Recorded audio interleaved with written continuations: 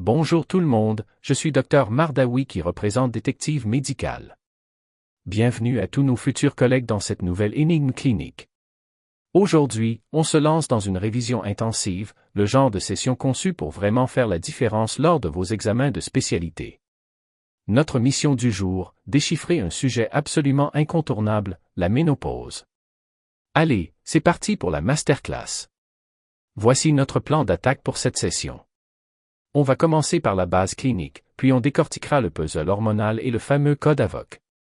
Ensuite, on passera au diagnostic et aux pièges à éviter, au traitement ciblé, et on terminera par le grand divin du THS. Commençons tout de suite par la première étape, la base clinique. Alors la définition exacte est vraiment essentielle ici, c'est un prérequis non négociable pour l'examen. La ménopause, concrètement, c'est la redémonstration, ce qu'on appelle en termes médicaux l'aménorrhée. Ça peut se produire de façon totalement physiologique, avec le vieillissement naturel, ou bien de manière iatrogène, par exemple après une intervention chirurgicale ou certains traitements. Mais attention, la nuance capitale qu'il faut retenir, c'est que le diagnostic exige très exactement une année complète d'absence de règles. Pas 10 mois, pas 11 mois, non, vraiment 12 mois consécutifs, c'est le critère absolu. Et là, on a le chiffre magique, 51.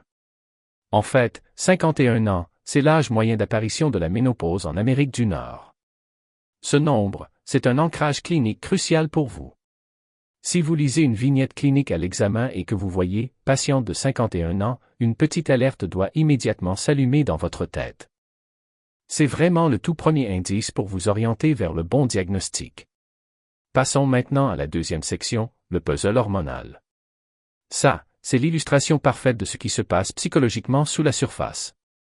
Avec le temps, la production d'estrogène va s'effondrer de manière assez drastique et en réponse directe à cette chute, ce que fait le corps, eh bien l'hypophyse essaie désespérément de stimuler les ovaires, mais ces derniers ne répondent tout simplement plus.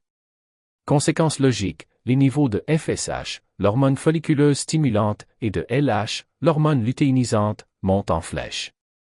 C'est vraiment la relation classique des QCM. Quand l'estrogène baisse, par rétrocontrôle, la FSH et la LH grimpent obligatoirement. Troisième point de notre programme, un outil redoutable, le code AVOC. Voici un acronyme en anglais qui sauve littéralement des vies sur les bancs de la fac quand il faut mémoriser les symptômes. H, c'est pour hot flash, les fameuses bouffées de chaleur. Bouffées de chaleur soudaine, transpiration abondante. Le A et le V, on les couple pour atrophic vaginity, la vaginite atrophique. Pourquoi? Parce que la baisse d'estrogène assèche directement les muqueuses vaginales, ce qui entraîne irritation et dyspareunie. Ensuite le O pour ostéoporosis, l'ostéoporose.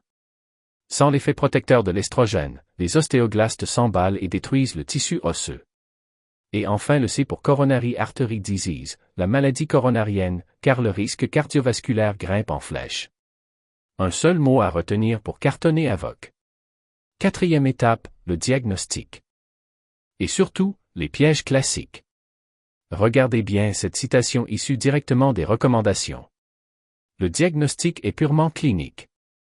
On vient de voir que le puzzle hormonal avec les taux de FSH et de LH est hyper intéressant pour comprendre le mécanisme, mais en pratique, et dans vos examens, ces tests hormonaux ne doivent pas être utilisés pour poser le diagnostic. Le diagnostic repose à 100% sur le tableau clinique, la cinquantaine, une aménorrhée d'1 an et les symptômes du code AVOC. Les hormones, c'est un indicateur de temps en temps, mais certainement pas l'outil de première intention. Et voilà le piège par excellence. Imaginez, une patiente de 45 ans, sexuellement active, vient vous voir pour une aménorrhée. Faut-il foncer tête baissée et conclure à une ménopause précoce? Surtout pas. Le tout premier test à prescrire, sans l'ombre d'une hésitation, c'est un test de grossesse. À 45 ans, on est un peu jeune par rapport à la moyenne de 51 ans, et la première cause d'aménorrhée chez une femme en âge de procréer, c'est la grossesse. C'est vraiment le réflexe de sécurité clinique numéro 1 qu'on attend de vous. Cinquième point, on aborde les traitements CD. Alors, voici votre carte mentale thérapeutique pour l'examen.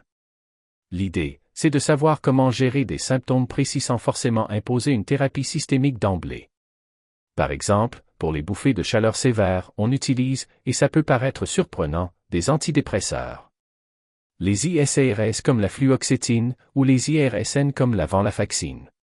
C'est redoutablement efficace pour recalibrer les centres de régulation de la température. Pour la vaginite atrophique, on traite localement avec des crèmes d'estrogène topiques. Pas besoin de traitement oral lourd.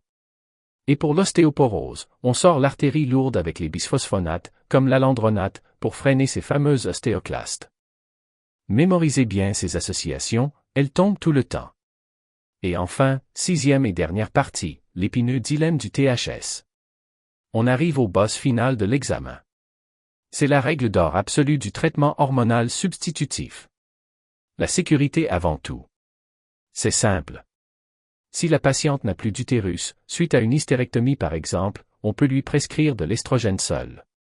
Par contre, si l'utérus est intact, il est formellement obligatoire d'associer l'estrogène à de la progestérone. Pourquoi? Eh bien, donner de l'estrogène seul à une patiente qui a un utérus va faire exploser le risque de développer un cancer de l'endomètre.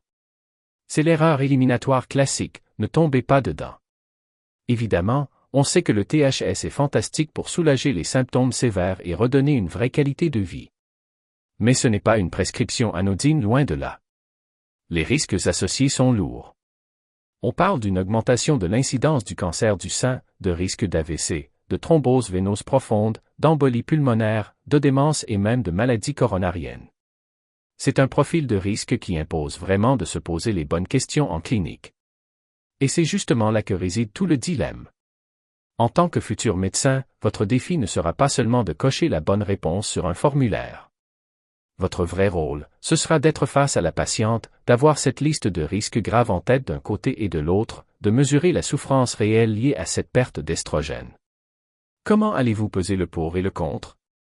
Comment trouver cet équilibre parfait pour soulager tout en protégeant la santé à long terme?